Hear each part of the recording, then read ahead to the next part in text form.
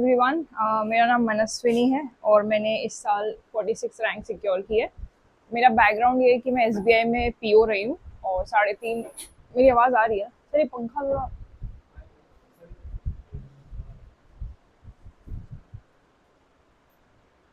थोड़ी गर्मी सहन कर देना।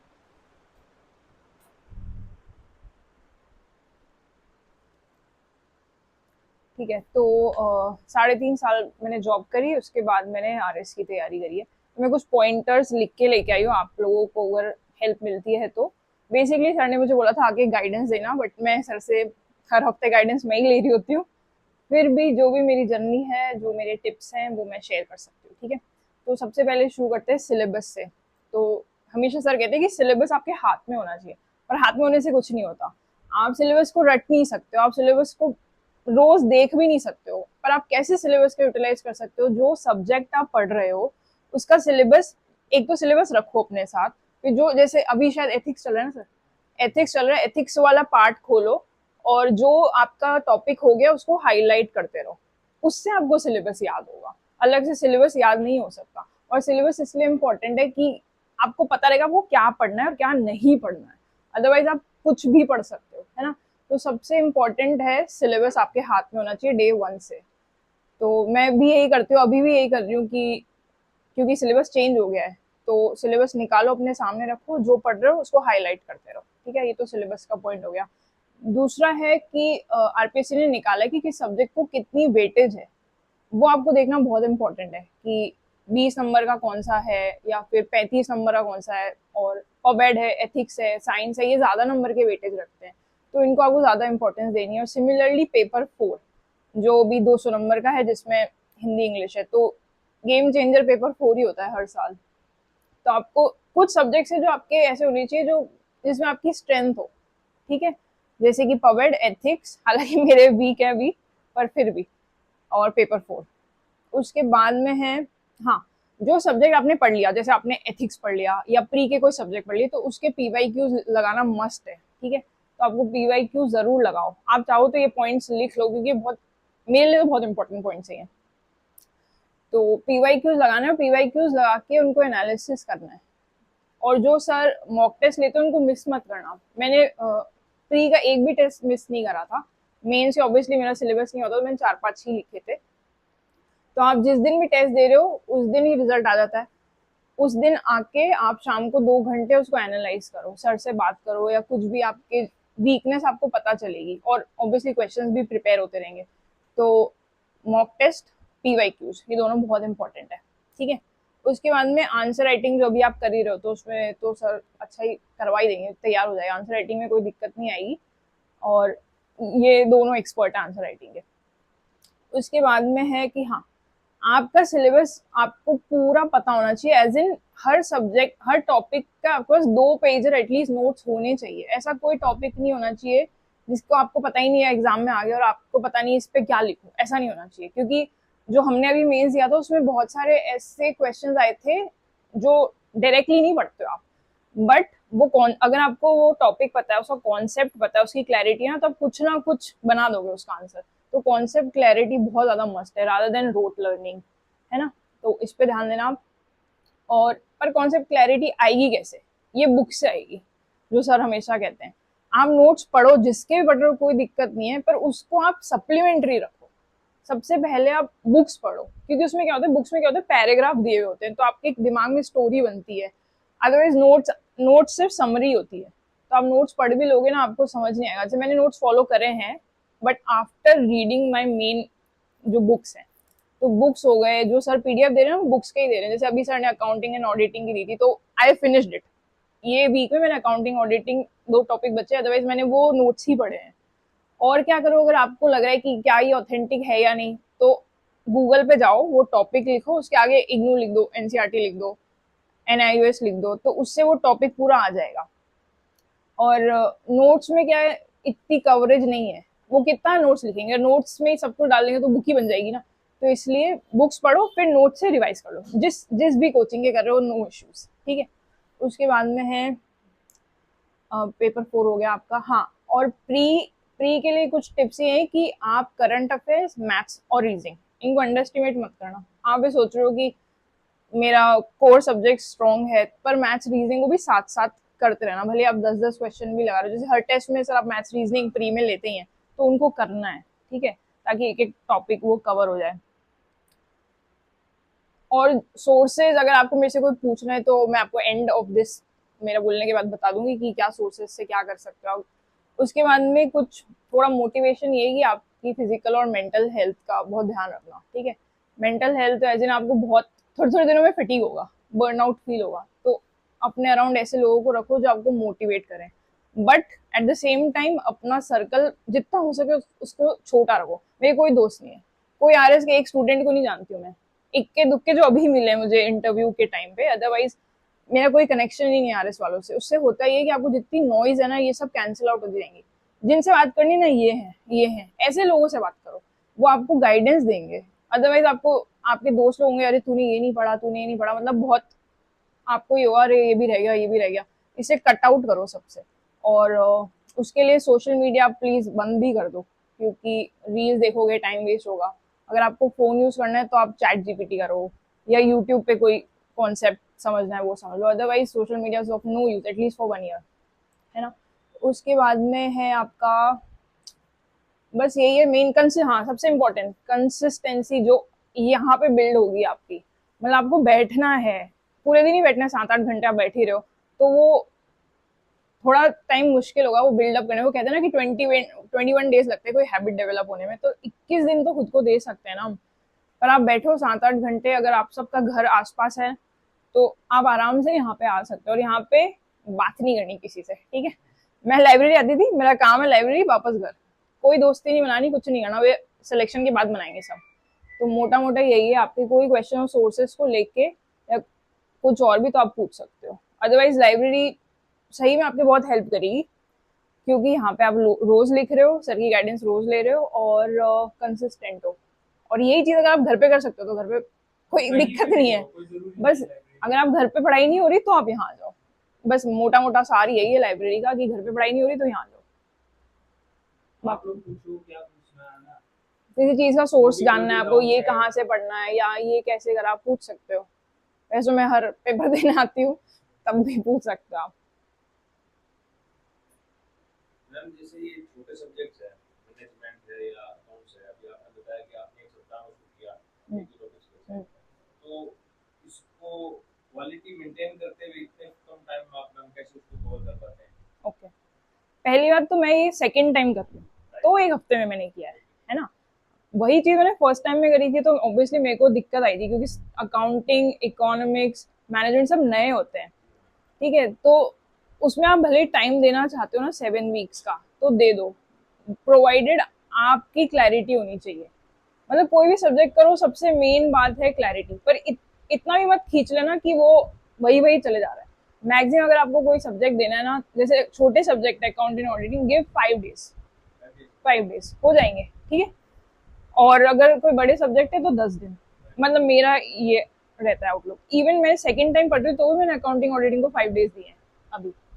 और अपना मींस का जो शेड्यूल यहाँ पे चलेगा वो वैसे ही है, 10 दिन में एक हाँ, सब्जेक्ट हम कवर करेंगे। अभी वैसे भी 6 महीने है ना, तो आप टाइम दे सकते हो हर सब्जेक्ट को। अगर 3 महीने होते तो मैं आपको थोड़ा अप्रोच डिफरेंट करके बताती। अब प्रीलिम्स में ये फैक्ट्स का कितना वो की रिवीजन कितने प्लान करनी चाहिए, एटलीस्ट बैक मिनिमम कितना ओके, तो होना चाहिए? देखो ऐसा बेयर मिनिमम जैसा कुछ भी सीन नहीं है। आप टेस्ट दोगे ना, वही आपका रिवीजन है, पहला रिवीजन वही है।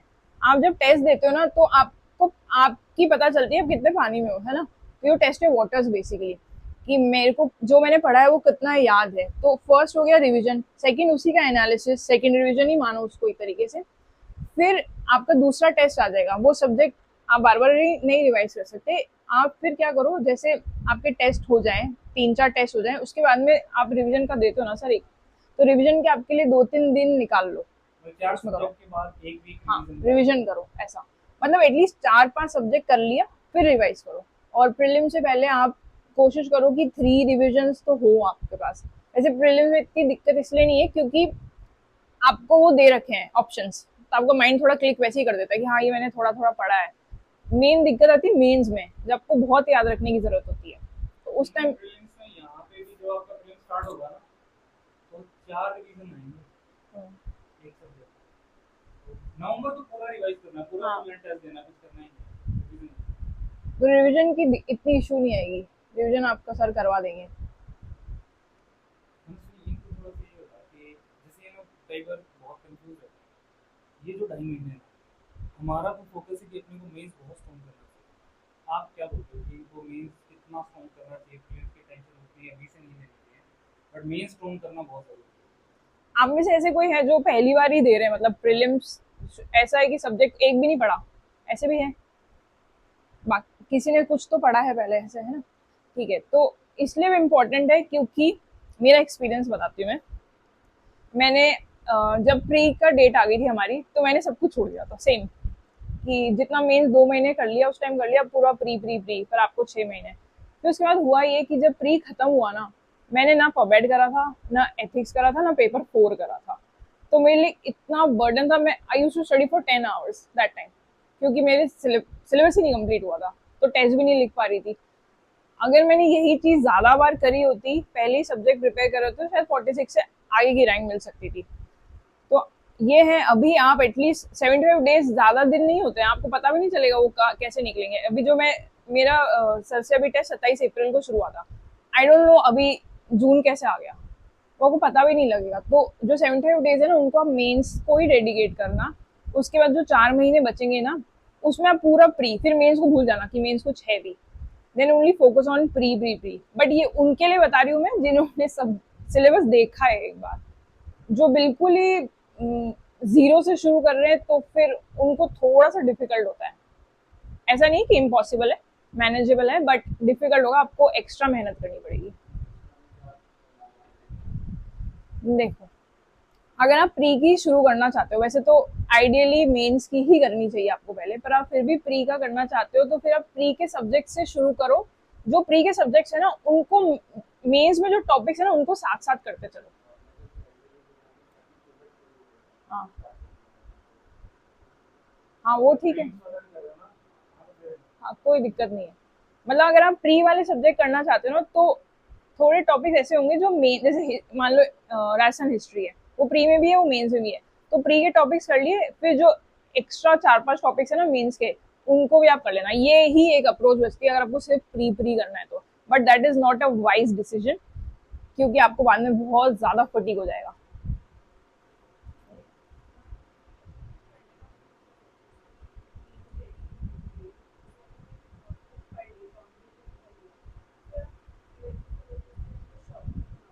अरे शॉर्ट नोट वॉट नोट का टाइम ही नहीं था हमारे पास बिल्कुल टाइम नहीं था शॉर्ट नोट्स का। तैयार ही ये होता है सब्जेक्ट, जब आपने एक बार पढ़ लिया, टेस्ट दे दो उसका, वही, वो आपका 70% वो सब्जेक्ट वहीं खत्म हो जाता है। क्योंकि जिस दिन आपने टेस्ट दे दिया, आपका माइंड, वो बोलते हैं ना एक्टिव रिकॉल, वो पेपर में होता है एक्टिव रिकॉल। तो आप वो कर लिया, फिर जब रिवाइज करते हो तो थोड़े परसेंट बढ़ते हैं कि हाँ अभी इतना ज्यादा हो गया, इतना ज्यादा हो गया। तो कोई भी सब्जेक्ट आप शुरू कर रहे हो, उसको खत्म करो, उसका टेस्ट लगाओ, और उसका जब रिवीजन होगा तब देखी जाएगी। बट शॉर्ट नोट्स वाला अगर आपके पास टाइम है, जैसे अभी है, तो आप बनाओ, कोई दिक्कत नहीं है। जैसे मैं अब बना रही हूँ, पिछले अटेम्प्ट में मैंने नहीं बनाए थे क्योंकि बस टाइम ही नहीं था। ऐसा।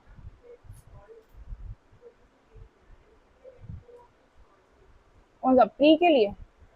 मेंस के लिए ना, कोई दिक्कत नहीं है। अगर आपको नहीं आ रहा ना लिखना एकदम से, ऑब्वियसली कैसे आएगा, तो आप पहले सोल्यूशंस देख लो, कोई दिक्कत नहीं है।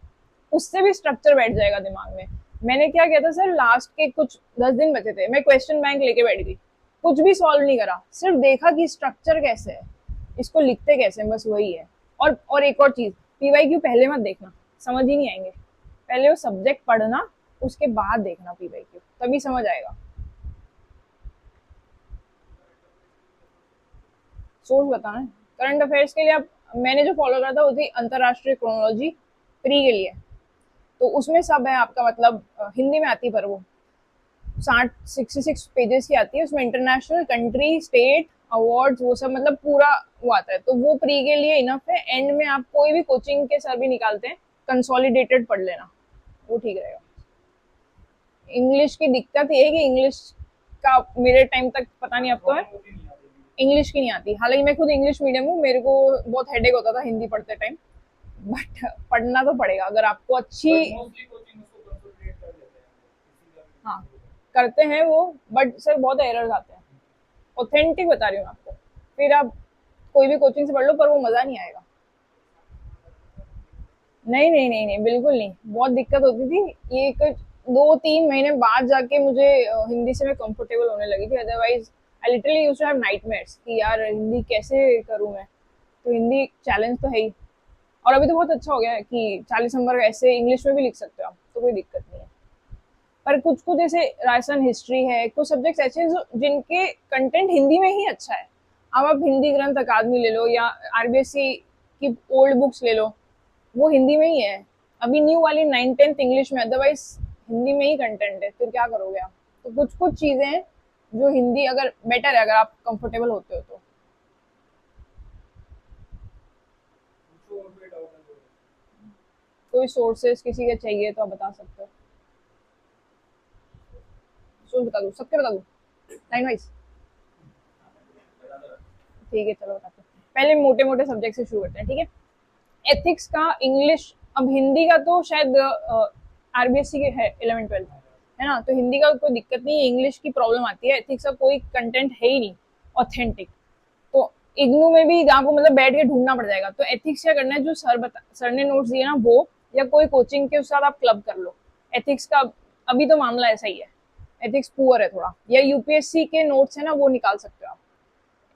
यूपीएससी के सर के मतलब आपको 2-3 नोट्स रेफर करने पड़ेंगे, एथिक्स में भी है। इसमें एक चीज और ऐड कर दूं मैं, जो वो बात करते थे कि रीजन के जो टोटल्स है ना, मतलब आईएएस के जो टोटल तो रीजन आईएएस पे उनकी कॉपीज मिल जाएंगी, तो वो कॉपीज पढ़ लिया आपने, है ना, एक एक हिंदी में मिल जाएंगे, इंग्लिश में मिल जाएंगे, तो वो आप 500 कॉपीज भी पढ़ लोगे ना, तो आपको थोड़ा स्ट्रक्चर आंसर की स्ट्रक्चर अभी फ्लो आ जाएगा, और कुछ कुछ पॉइंट्स मिल जाएंगे वहाँ से।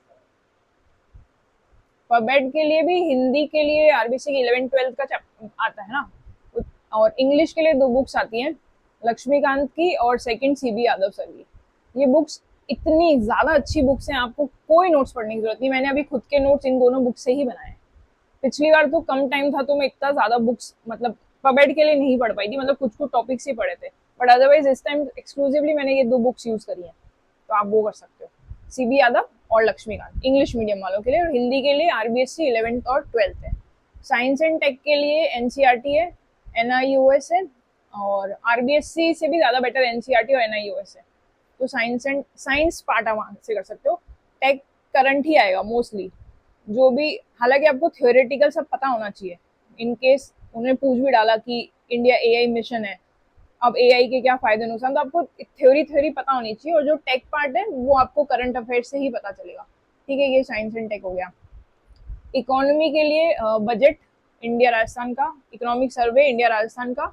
और जो थ्योरेटिकल पार्ट है वो आप, वो ऐसे बुक से मत पढ़ो, वो कोई नोट से पढ़ लो, क्योंकि बुक्स इकोनॉमी थोड़ी हैवी हो जाएगी जिनको इकोनॉमी नहीं आती उनके लिए। तो आप कोई नोट से अपने कॉन्सेप्ट पहले क्लियर कर लेना, इन्फ्लेशन एंड एम्प्लॉयमेंट फलाना जो भी होता है। उसके बाद में मेन फोकस इन्हीं पे रहता है। और जैसे अभी जो हमारा मेंस आया था, उसमें मेजर पॉलिसीज आई थी, जो सरकार की पॉलिसीज हैं, स्कीम्स हैं, मतलब बजट और यही आया था। हार्डली कोई फैक्चुअल क्वेश्चन था इकोनॉमी में। तो आपको फोकस करना है जो सरकार अभी क्या कर रही है इकोनॉमी के लिए, वो फोकस रखना है इकोनॉमी पे, ठीक है। उसके बाद में क्या बचता है, हिस्ट्री और इंडियन और राजस्थान, है ना। इंडियन हिस्ट्री के लिए आप स्पेक्ट्रम पढ़ सकते हो, मॉडर्न के लिए बहुत अच्छी बुक है वो। और एंशियंट और मिडिवल के लिए आरबीएससी में भी काफी अच्छे चैप्टर्स हैं, तो मैंने वही फॉलो करे थे। आरबीएससी के कुछ चैप्टर्स है वो इंडियन। हाँ हाँ, वो सर भेज देंगे, आप सर से डायरेक्ट मांग लेना, वो सर बता देंगे आपको इंडियन हिस्ट्री के लिए। अदरवाइज इंडियन हिस्ट्री में जाऊँ तो बहुत बहुत सारे ऐसे तो सोर्सेज हैं। फिर आर्ट एंड कल्चर के लिए आती है नितिन सिंघानिया की बुक, और फाइन आर्ट्स आती है 11th क्लास की। ये 2 रेफर करी थी मैंने। ये अभी इंग्लिश मीडियम ही चल रहा है, ठीक है। फाइन आर्ट्स 11th और नितिन सिंघानिया, पूरी पूरी नहीं पढ़नी है, जो आपके सिलेबस में है ना बस वही वही पढ़ना है। कोई भी बुक पूरी मत पढ़ना, क्योंकि इतना टाइम नहीं है। जो टॉपिक्स है मार्क करो, उन्हीं उन्हीं को पढ़ो, ठीक है। उसके बाद में वर्ल्ड हिस्ट्री आप नोट्स पढ़ लो, मोर देन इनफ है। हालांकि 15 15 नंबर का आएगा, ठीक है। तो नोट्स पढ़ सकते हो। अगर आपको फिर भी है ज्यादा तो ओल्ड एनसीईआरटी आती है, हाँ उनकी। उसमें क्योंकि इस साल एक क्वेश्चन आया था ओपीएम वाला, और ओपीएम वाला सिलेबस में ऐसा डायरेक्टली नहीं है, और ना ही नोट्स में वो होता है, वो है ओल्ड एनसीईआरटी। एक क्वेश्चन और था, इंपीरियलिज्म वाला इंडस्ट्रियलाइजेशन से कनेक्ट हाँ करता है, तो वो भी अर्जुन देव से हाँ, ही है। वो ओल्ड एनसीईआरटी से। तो जब आप पीवाईक्यू पढ़ने का एक ही फायदा है कि आपको पता चलेगा कि मेरे नोट्स में ये है भी कि नहीं है, तो आप ऐसे कर सकते हो। तो ओपीएम वाला मैंने इसलिए अटेम्प्ट करा क्योंकि मैंने ओल्ड एनसीईआरटी बस एक रीडिंग मारी थी, मतलब ज्यादा ध्यान से नहीं पढ़ी, I just gave a reading, तो उससे मेरा एटलीस्ट मैंने कुछ तो लिखा ही होगा उस पेपर में। तो ये है। और राजस्थान हिस्ट्री के लिए 9th-10th की आती है आरबीएससी, इंग्लिश की भी आती है, हिंदी की भी आती है, वो 9th-10th क्लास की बुक है पूरी पूरी, वो पढ़ लेना। उसके बाद में आप डेप्थ में जाना चाहते हो तो हिंदी ग्रंथ अकादमी और ओल्ड आरबीएससी बुक्स आती हैं, वो हो गया, उसी में आपका आर्ट एंड कल्चर भी हो जाएगा। तो ये हिस्ट्री हो गया, ठीक है। उसके बाद में आता है आपका इकोनॉमी भी हो गया, फिर छोटे सब्जेक्ट्स है ना, मैनेजमेंट हो गया। हालांकि मैनेजमेंट पूरा बदल गया है, जो हमारा टाइम था उससे सिलेबस पूरा ही बदल दिया उन्होंने। तो आप इग्नू के नोट्स रेफर कर सकते हो, एनसीईआरटी रेफर कर सकते हो। आपको कैसे करना पड़ेगा, गूगल पे जाके वो टॉपिक लिखा, उसके आगे एनआईयूएस लिख दिया, एनसीईआरटी लिख दिया, या सर ने, हाँ सर दे देंगे, ऐसा है। तो आप वो कर लेना। हालांकि मैनेजमेंट कितने नंबर की थी, 20 नंबर की शायद इस बार, 20 कुछ, देख लेना मार्किंग चेंज हुई है अभी कुछ सब्जेक्ट्स की। तो ये मैनेजमेंट हो गया। सोशियोलॉजी में जो सर ने आपको नोट्स दिए ना, वो सही है क्योंकि सर बुक से ही दे रहे हैं। हालांकि मेरे को सर के नोट्स पे भी ट्रस्ट नहीं होता है कभी कभी, तो मैं गूगल पे जाके चेक करती हूँ कि ये सर ने कहाँ से दिया है, तो वो बुक से होता है तो मैं उसको रेफर करती हूँ। ये हो गया आपका सोशियोलॉजी का भी। और अकाउंटिंग दे दिया है, वो बहुत शानदार नोट्स दिए सर ने। क्योंकि वो शानदार इसलिए हैं क्योंकि वो पूरे बुक्स है, वो एनआईओएस से है, एनसीईआरटी से दो सर ने रेफर करी है, तो मैंने क्रॉस चेक पूरी कर ली है 5 दिन बैठ के, तो आप वो कर सकते हो। उसके बाद में आता है लॉ। लॉ तो फिर बेयर एक्ट जो सेक्शन है ना, वो एज इट इज एक्ट से उठा के, क्योंकि लॉ में एक दिक्कत है, लॉ में आपको मार्क्स तभी मिलते हैं जब आपकी लैंग्वेज लॉ वाली हो। आप सोचो मैं मन से कुछ भी बना दूंगी, वो नंबर काटते हैं उसमें। तो आपको एक्ट पढ़ना पड़ेगा, और वो अब तो बहुत इजी कर दिया है, सीधे सेक्शन दिए हुए हैं, तो वो सेक्शन पढ़ लेना, पर अच्छे से पढ़ना, क्योंकि लॉ तो रटने का है, उसमें दिमाग नहीं लगाना है। वो हमने अपने टेलीग्राम पे डाल दी है ना, ओरिजिनल जो है ओरिजिनल पढ़ लेना वो। लाइब्रेरी का एक अलग से व्हाट्सएप ग्रुप नहीं बना सकते, टेलीग्राम के जो बहुत पीछे चली जाती है। टेलीग्राम में ठीक है, व्हाट्सएप पे नहीं बनाना, वो पर्सनल नंबर जाते हैं सबके उसमें। नहीं सब टेलीग्राम पे बना सकते हो, मेंबर्स हाइड कर दो। टेलीग्राम पे तो है। अच्छा, उसमें एक अलग से नोट्स का ही सेक्शन मिलेगा, जैसे ये लाइब्रेरी वाला है, इसमें डेली चेक होती है, वो सारे मैसेज होते हैं। व्हाट्सएप तो चैटिंग बंद कर दो सर। बनाते कि वो सबकी प्राइवेसी रहती है, किसी का नंबर टेलीग्राम पे लाइब्रेरी का तो टेलीग्राम पे तो है ना, ओनली नोट्स करके बनाते चैट बंद कर दो। हैं। फाइल पे जाके फाइल पे क्लिक करोगे, सारी आपको एक सारी दिख जाएंगी, आपको क्यों चैट, बहुत सारे ग्रुप्स हैं आपके लिए, एक हमारे लिए बहुत सारे ग्रुप्स हैं। बिहेवियर है, बिहेवियर आप एनसीईआरटी से पढ़ो, क्योंकि पिछले हमारे वाले मेंस में एनसीईआरटी से काफी सवाल आए थे। तो एनसीईआरटी हो गया, और सर आप एनसीईआरटी से यूज करोगे ना, तो सर टेक्नोलॉजी की जो बुक्स हैं हाँ वहाँ वहाँ से वो कर लेना। और कोई सब्जेक्ट बच रहा है, ज्योग्राफी है। या राजस्थान ज्योग्राफी ना इंग्लिश मीडियम वालों के लिए बहुत बड़ा चैलेंज है, क्योंकि कोई है ही नहीं, और अपडेटेड तो डिस्ट्रिक्ट किसी में है ही नहीं अभी तक, कोई नोट्स में भी नहीं है ना, कोई ऑथेंटिक बुक्स में है। तो ये एक चैलेंज है जो अब मैं खुद फिगर आउट कर रही हूँ कि इस बार न्यू डिस्ट्रिक्ट से कैसे करूँ। तो अगर सर से पूछूंगी मैं, फिर सर बता देंगे। तो राजस्थान ज्योग्राफी अभी आई एम नॉट श्योर कि नए, हमारे टाइम में नए डिस्ट्रिक्ट से नहीं पूछा था, पुराने से ही पूछा था, हालांकि बन गए थे, पर फिर भी तो इतना हमें हेडेक नहीं आई थी। पर अभी पेपर में नए डिस्ट्रिक्ट पूछ सकते हैं वो, तो ये मेरे लिए चैलेंज खुद भी है अभी। और इंडियन ज्योग्राफी के लिए आप एनसीईआरटी पढ़ो, उससे बेस्ट कुछ भी नहीं है ना। और अब और एक्चुअली क्या होता है कि इंडियन और वर्ल्ड ज्योग्राफी में बहुत फैक्चुअल सवाल देते हैं ये लोग, आपको वो आने चाहिए। पीक्स हो गई, डेजर्ट हो गए, रिवर्स हो गए, मतलब ये भी अगर छोड़ दिया तो फिर तो क्या ही कर सकते हैं। एनालिटिकल आएंगे, अब मे भी आ सकते हैं, क्योंकि अब क्लाइमेट जोड़ दिया है और काफी चीजें, हाँ एनवायरनमेंट जोड़ दिया है, तो आ सकते हैं। बट फैक्चुअल को भी नहीं छोड़ना है, तो आपकी मैपिंग अच्छी होनी चाहिए। आप जितने ज्यादा ना ज्योग्राफी में मैप बनाओगे ना, तो आपको अच्छे मार्क्स मिलेंगे। जैसे हमारा आया था वो वेस्टर्न घाट ईस्टर्न घाट, तो मैंने बीच में एक मैप बना दिया था, इस तरफ वेस्टर्न हो गया, इस तरफ ईस्टर्न लिख दिया। तो ऐसे आप कर सकते हो, मतलब ज्योग्राफी में तो मैप्स का ही पूरा गेम है। तो ज्योग्राफी में हम लोगों ने जो यूपीएससी वाले आते हैं जीसी में हम आती होता है, तो उसके वो चैप्टर्स निकाल के पीडीएफ डाली हुई है जो अपने आरएस में से हाँ, वो आप हमारे टाइम जीसी लॉन्ग का इतना नहीं था वेटेज, पर अभी अब बढ़ गया है, क्योंकि अभी नए टॉपिक्स थोड़े एनालिटिकल वाले डाल दिए उन्होंने, पहले पूरा फैक्चुअल था। ये है, तो ये ज्योग्राफी हो गई। और वर्ल्ड ज्योग्राफी फैक्चुअल आती है, मोस्टली फैक्चुअल ही आती है, तो आपकी मैपिंग स्ट्रांग होनी चाहिए उस टाइम पे कि किस कंट्री में क्या है क्या नहीं, सबके हर हर कॉन्टिनेंट को उठाओ, उसकी रिवर्स, उसकी डेजर्ट्स, उसकी हाईएस्ट पीक्स, ये सब आपके नोट्स में होने चाहिए, उतना तो पता होना चाहिए और उनका क्लाइमेट, मतलब एक मोटा मोटा हर पूरा आपको वर्ल्ड का एक ओवरव्यू होना चाहिए कि इस कॉन्टिनेंट में क्या इंपॉर्टेंट है। ऐसे एक मैं आपको एक बता सकती हूँ, जो मैंने फॉलो करा था यूट्यूब पे, एक सुदर्शन सर है ज्योग्राफी के, यूपीएससी पढ़ाते हैं, उनसे अच्छा मैपिंग आपको कोई नहीं पढ़ा सकता, मतलब आपके दिमाग में फिट कर देंगे, वो आप कर सकते हो, बस टाइम ज्यादा वेस्ट मत करना, है ना, फटाफट। नहीं टॉपिक नहीं पढ़ना आपको, मैप कॉन्टिनेंट की मैपिंग पढ़ लो आप, कि उनमें दे रखा है उन्होंने कि reverse of Africa, reverse of south America, maps वाली अलग है, उनकी प्लेलिस्ट अलग है। टॉपिक्स की बात नहीं कर रही मैं, ओनली मैपिंग सुदर्शन सर की करनी है, ये है। एनवायरनमेंट तो इतना है क्या अभी। एनवायरनमेंट जो ना, जैसे अलग अलग जगह पे है एनसीईआरटी में, एक तो जैसे केमिस्ट्री में भी दो चैप्टर होते हैं, बायो में भी एक चैप्टर मिलेगा आपको, तो वो हम लोग कंपाइन कर देंगे आपको। फिर वो 6 क्लास से भी एनवायरनमेंट के चैप्टर स्टार्ट हो जाते हैं ना, तो वो हम लोग निकाल देंगे। कौन से टॉपिक्स है एनवायरनमेंट के अलग से। एनवायरमेंटल इश्यूज मेंशन अच्छा करते ओके, इश्यूज वाले, हैं, हाँ जैसे वो note global sir warming provide है, करते हैं। डेजर्टिफिकेशन है, ये सारे दे रहे वो तो मैंने नेट से ढूंढ के प्रिपेयर करते, तब सर ने भी नहीं दिए थे, हैं। हाँ, अब तो सर दे रहे हैं। साल एनसीईआरटी में दे रखे हैं वो उसकी उन टॉपिक्स की आप चिंता मत करो जो एकदम मतलब सबके लिए वेग है, उनको छोड़ दो आप, जो कोर चीजें है ना पहले वो कर लो, जो क्योंकि वो सब कर रहे हैं, अगर आपने वो भी मिस कर दिया तो आप पीछे हो जाओगे, ये। और और कोई डाउट। कौन सा फोर्थ पेपर, इंग्लिश हिंदी दोनों का बताऊं।